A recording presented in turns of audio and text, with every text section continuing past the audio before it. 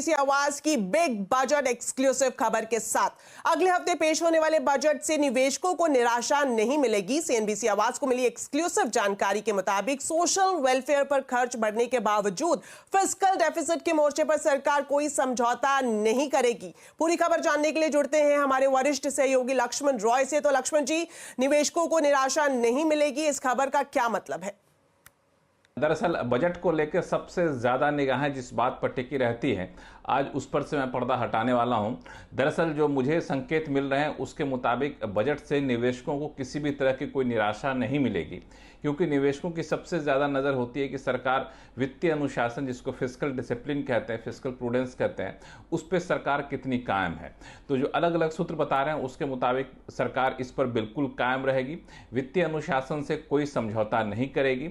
यहाँ तक कि फिस्कल डेफिसिट का आंकड़ा जो सबसे ज़्यादा केंद्र में रहता है, वो अंतरिम बजट में सरकार ने जो 5.1% का रखा था, वो 5.1% तो बरकरार ही रहेगा। और कुछ हद तक ये भी उम्मीद की जा रही है कि शायद ये 5.1 से घट भी जाए। घट करे कितना हो जाए कहना मुश्किल है, लेकिन अटकल है कि शायद ये घट करके 5.1 से कम 5% तक लाया जा सकता है फिस्कल डेफिसिट का आंकड़ा। ये अपने आप में बड़ी बात होगी, इस मायने में कि सरकार वित्तीय अनुशासन पर बनी हुई है और अनाप शनाप खर्चा नहीं करेगी, सरकार का खजाना भरा पूरा रहेगा। और इस फिस्कल डेफिसिट को घटाने के पीछे दरअसल 2-3 खास वजह है। पहली बात तो यह है कि रिजर्व बैंक से आपने देखा ही 2.1 लाख करोड़ रुपए का बम्पर डिविडेंड मिला, जो कि उम्मीद से दोगुने से ज्यादा था। डायरेक्ट टैक्स की वसूली में अब तक 23% से ज्यादा की बढ़ोतरी देखने को मिल चुकी है। अप्रैल मई में जीएसटी की वसूली 11% से ज्यादा बढ़ चुकी है, पिछले साल की इसी अवधि से तुलना कर रहा हूं। और इन सब के बीच सब्सिडी में बहुत ज़्यादा खर्च होने की गुंजाइश नहीं दिख रही है, चाहे फर्टिलाइजर सब्सिडी हो, ऑयल सब्सिडी हो। तो दूसरे मुद्दों पर जैसे होम लोन सब्सिडी हो, वहाँ पे थोड़ी बहुत बढ़ोतरी मिलेगी, लेकिन इन सब के बावजूद सरकार फिस्कल डेफिसिट के आंकड़ों को मेंटेन करके रखेगी। हो सकता है इसमें कटौती भी कर दे और कोई ऐसे भी बदलाव नहीं करेगी जिससे निवेशकों को कोई मायूसी हाथ लगे। तो ये बजट मुझे लगता है कि इस मायने में बहुत ही सकारात्मक रहने वाला है। शुक्रिया लक्ष्मण जी इस बजट एक्सक्लूसिव खबर के लिए। तो चलिए अब आपको दिखाते हैं एक और खबर जो कि बजट एक्सक्लूसिव खबर है। ई कॉमर्स और कंस्ट्रक्शन सेक्टर में काम करने वाले अस्थायी कर्मचारियों यानी गिग वर्कर्स के लिए बजट में बड़ा ऐलान हो सकता है। हमें मिली जानकारी के मुताबिक गिग और प्लेटफॉर्म वर्कर्स को एक्सीडेंटल और मेडिकल इंश्योरेंस का तोहफा मिल सकता है। इस खबर पर ज्यादा डिटेल्स के लिए सीधा जुड़ते हैं हमारे संवाददाता आलोक प्रियदर्शी से। तो आलोक, बताएं गिग वर्कर्स के लिए बजट में क्या गुड न्यूज मिल सकती है?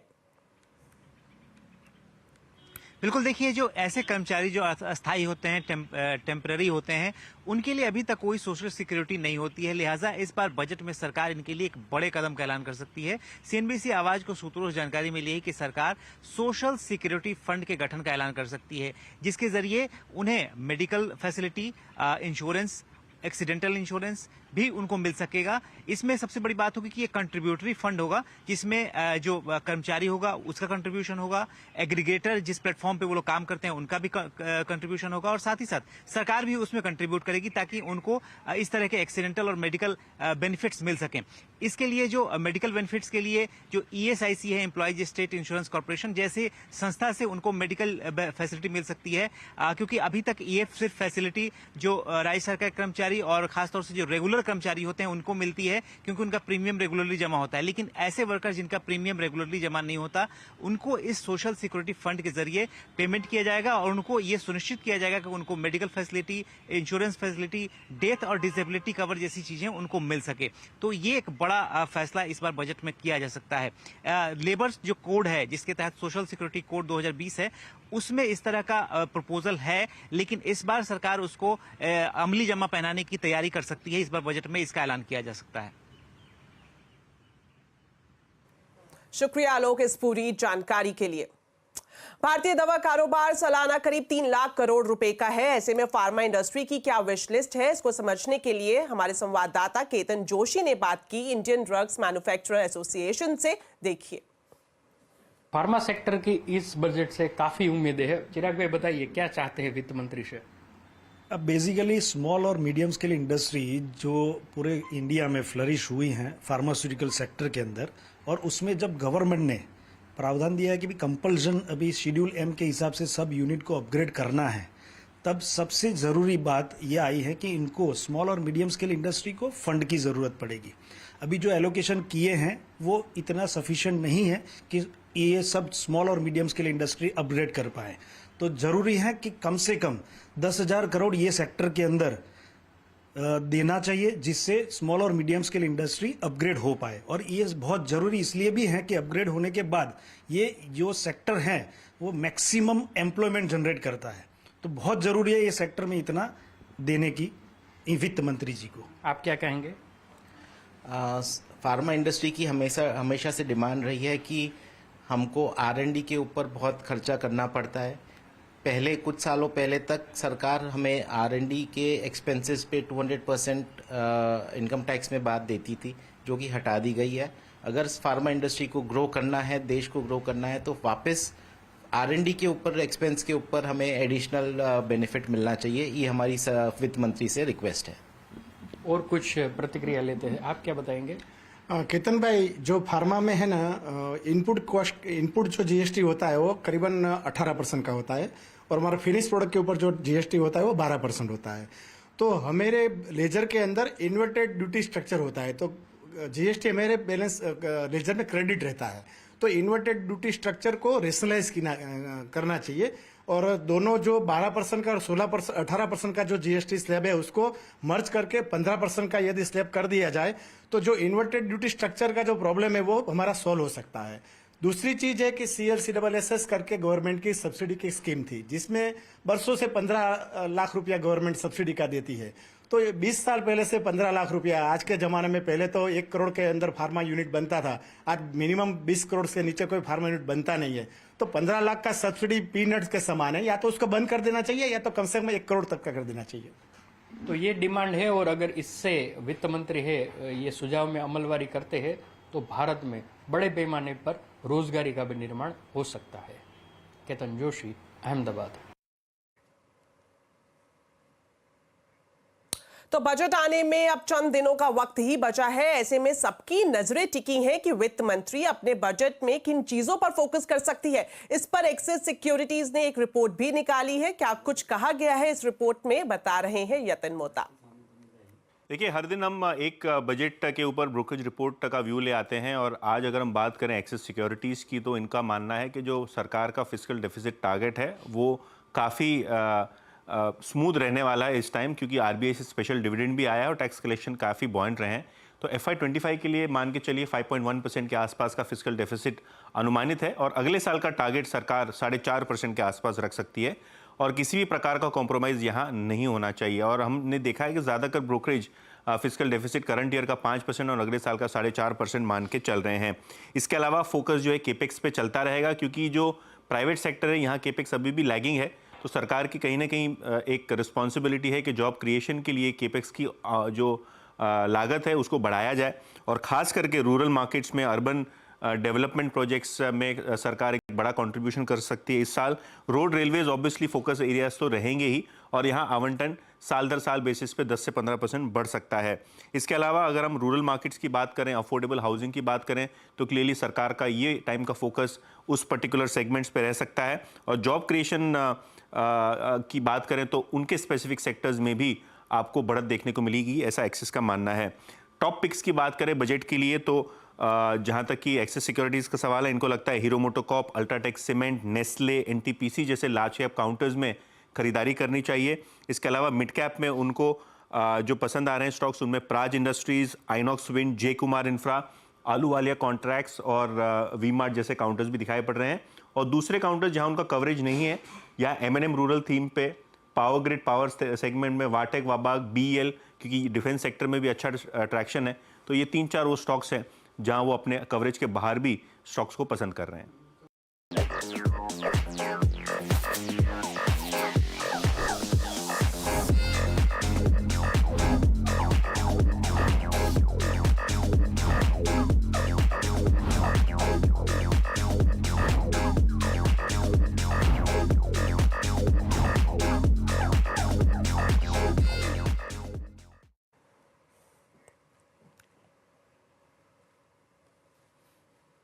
महंगाई की मार बढ़ती जा रही है। जून में थोक महंगाई 16 महीने में सबसे ज्यादा है। हालांकि अनुमान इससे भी ज्यादा रहने का था। जून में थोक महंगाई दर 3.36% रही। महंगाई खाने पीने की चीजों में सबसे ज्यादा है। सब्जी, आलू, प्याज सभी ने महंगाई को बढ़ाया है। हालांकि फ्यूल, पावर, दाल, अंडे, मांस, मछली मई के मुकाबले जून में थोड़े सस्ते हुए हैं।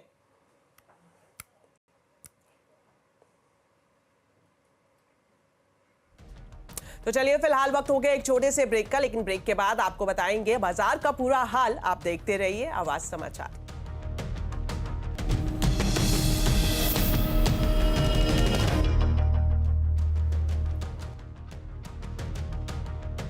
Mongia Steel presents Majboot Stocks of the Day.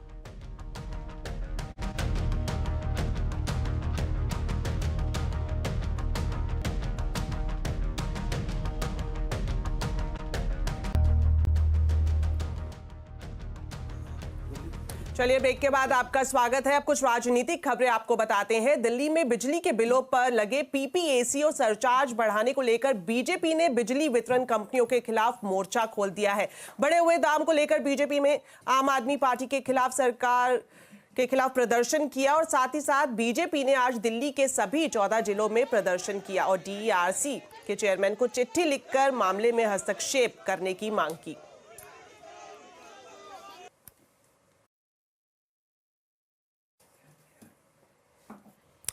Uttar Pradesh में मुहर्रम को लेकर पॉलिटिक्स शुरू हो गई है। खबर यह है कि यूपी के अमेठी से जहां मुहर्रम का जुलूस निकाला गया, उस दौरान विवादास्पद नारेबाजी का एक वीडियो वायरल हो रहा है। हालांकि सीएनबीसी आवाज इस वायरल वीडियो की पुष्टि नहीं करता। इस मामले में पुलिस वायरल वीडियो की जांच कर रही है। वहीं उत्तर प्रदेश में मुहर्रम जुलूस के दौरान सरकारी नियमों के पालन को लेकर all India Muslim personal law board का बयान सामने आया है। पर्सनल लॉ बोर्ड ने सीएम योगी आदित्यनाथ के बयान पर प्रतिक्रिया देते हुए कहा कि एक खास समुदाय को टारगेट करके माहौल बनाया जा रहा है। हमारे योगी साहब कहते हैं बीजेपी के आने से पहले भी तो वहाँ पे दूसरी हुकूमतें मौजूद थी ना। उस वक्त कहीं ऐसा कोई लॉ एंड ऑर्डर का मसला पैदा हुआ क्या? कभी कांवड़ियाँ की यात्राएं निकलती हैं, मुहर्रम के जुलूस निकलते हैं, नमाजें पढ़ी जाती हैं, कभी कोई कंट्रोवर्सी नहीं पैदा हुई हमारे देश के अंदर। और आज की बात नहीं कर रहा हूँ मैं, सदियों से हिंदू मुसलमान साथ रहते हैं, सब एक दूसरे का आदर और सम्मान करते हैं। ये जो सिचुएशन आज पैदा हुई है, किसने पैदा की है? आप सब जानते हैं, बोलने की जरूरत नहीं है। 1 2 3 4 5 6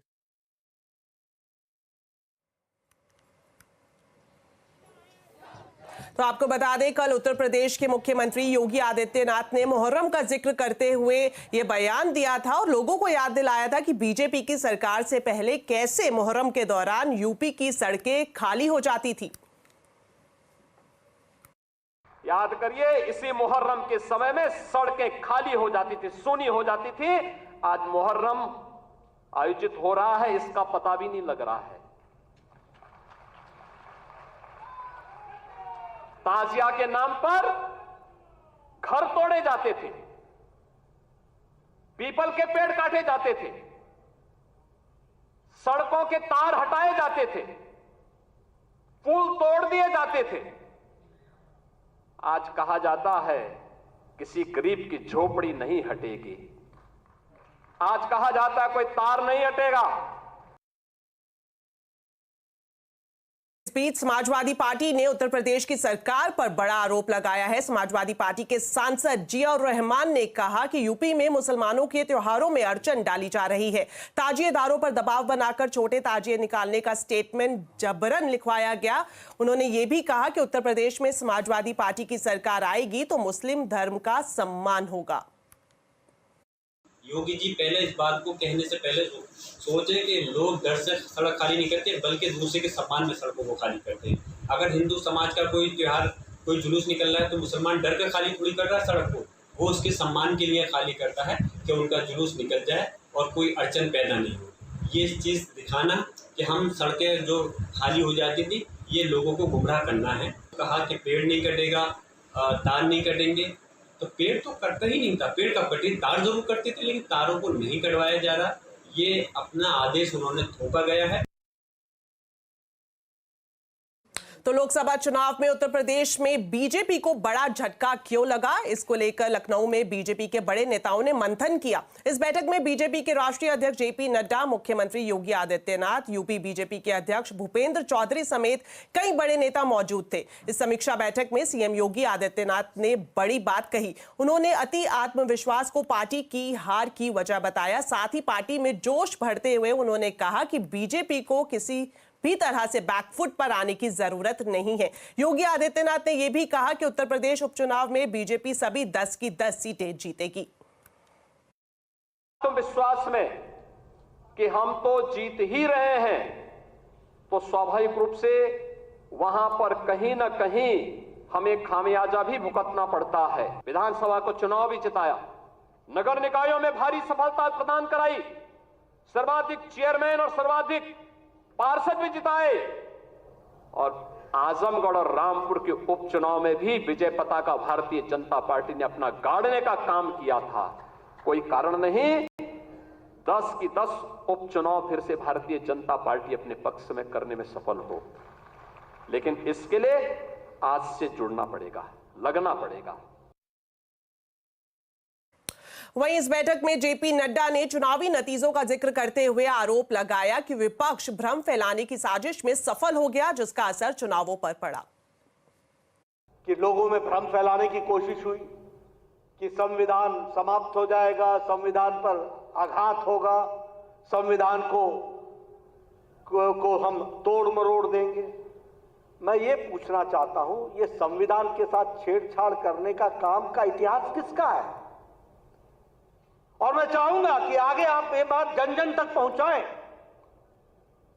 कौन सी ऐसी पार्टी है जिसको इलाहाबाद हाई कोर्ट ने एक बार कह दिया कि प्रधानमंत्री का चुनाव गलत है, और गलत के साथ साथ उनको प्रधानमंत्री के पद पर रहना नहीं चाहिए, तो वो संविधान बदल देते हैं। बीजेपी के इस मंथन में क्या निकला समाधान और बीजेपी के लिए कितनी बड़ी है चुनौती, आज आवाज अड्डा में इसी पर करेंगे बड़ी चर्चा शाम 7:57 पर।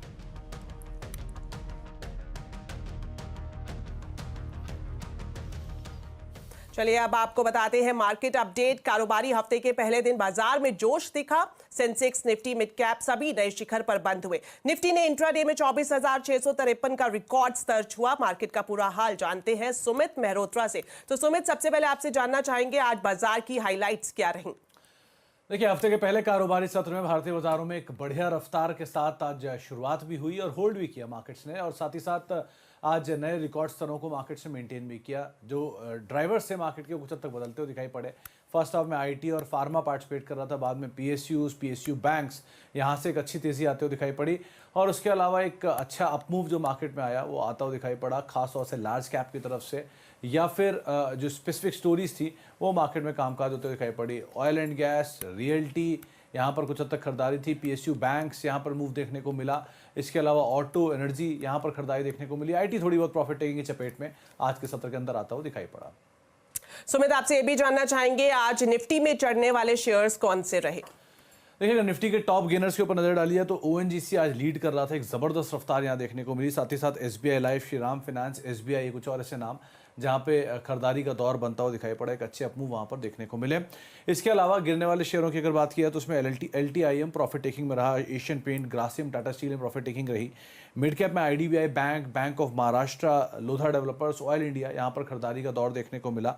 मिड कैप में गिरने वाले शेयरों में थोड़ी बहुत प्रॉफिट टेकिंग आज डिफेंस स्पेस में थी, जिसमें से माझगांव डॉक हुआ, बीडीएल हुआ, ट्यूब इन्वेस्टमेंट और पतंजलि, कुछ और ऐसे नाम जहां पर प्रॉफिट टेकिंग देखने को मिली। एफ&ओ गेनर्स में से ओएनजीसी आज लीड कर रहा था, एबॉट इंडिया, अपोलो टायर, स्केनरा बैंक, कुछ और ऐसे नाम जहां पर खरीदारी रही। गिरने वाले शेयरों में एस्ट्रल, कमिंस इंडिया, एलटीआईएम और एशियन पेंट से कुछ ऐसे नाम थे जहां पर एफ&ओ में आज बिकवाली थोड़ी सी बहुत आते हुए दिखाई पड़ी। लेकिन ओवरऑल एक अच्छा सेशन, जबकि नए रिकॉर्ड्स बनते हुए दिखाई पड़े। शुक्रिया सुमित इस पूरे मार्केट अपडेट के लिए। अमेरिका के पूर्व राष्ट्रपति डोनाल्ड ट्रंप पर हुए जानलेवा हमले के बाद राष्ट्रपति जो बाइडेन ने हमले की निंदा की है। बाइडेन ने कहा कि हम अपने इतिहास में बहुत हिंसा झेल चुके हैं। अमेरिका की सुलगती राजनीति के दौर में शांत रहने का वक्त है। ट्रंप पर रविवार को सुबह बटलर शहर में चुनावी रैली के दौरान हमला हुआ था, जिसमें वो बाल बाल बच गए। असॉल्ट राइफल से चली गोली उनके कान को छूती हुई निकल गई। ट्रंप की सुरक्षा में तैनात सीक्रेट सर्विस के स्नाइपर्स ने 20 साल के हमलावर को तुरंत ढेर कर दिया।